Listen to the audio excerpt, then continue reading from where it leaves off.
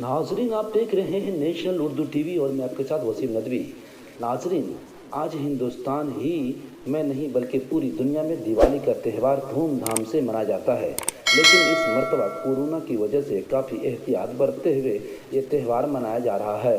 हिंदुस्तान में मौजूदा मुख्तलिफ ममालिक के सफारतखानों ने भी लोगों को सिर्फ मुबारकबादियाँ ही दी हैं।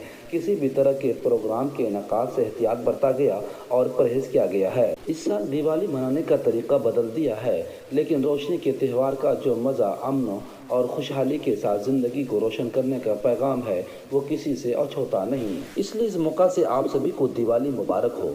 नाज़रीन, दीपावली हिंदुस्तान में हिंदू भाइयों के लिए सबसे महबूब त्यौहार है और हम आपकी खुशी को बांटते हैं और सभी हिंदू भाइयों को दिवाली की मुबारकबादी देते हैं। वहीं मुल्क में पंजाब के किसान मनाएंगे इस मरतबा सियाह दिवाली मोदी हुकूमत की ज़री कवानीन की मुखालिफत करते हुए। लेकिन दूसरी तरफ वज़ीर आज़म नरेंद्र मोदी ने दिवाली के शुभ मौका से सैनिकों के नाम एक दिया जलाने की अपील की है।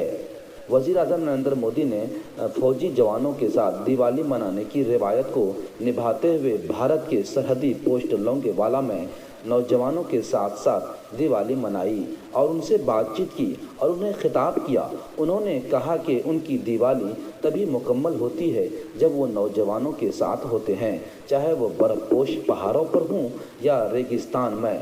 उन्होंने सरहद पर तैनात मुसल्लह फौजियों को दस्तों को मुल्क के हर शहरी की तरफ से नेक ख्वाहिशात पेश की। वज़ीर आज़म ने नौजवानों की माँ और बहनों को मुबारकबाद देते हुए उनकी खैर मकदम किया और अहले वतन की तरफ से मुसल्लह दस्तों को मुबारकबाद दिया। तो नाज़रीन, ये थी आज की अहम खबर। दीजिए आप इजाज़त अपने दोस्तों वसीम नदवी को। अगर आपने अभी तक हमारे चैनल को सब्सक्राइब नहीं किए हैं तो बराए मेहरबानी सब्सक्राइब कर लें और अगर हमारा वीडियो पसंद आ जाए तो ज़रूर लाइक करें। शुक्रिया। वसीम नदवी।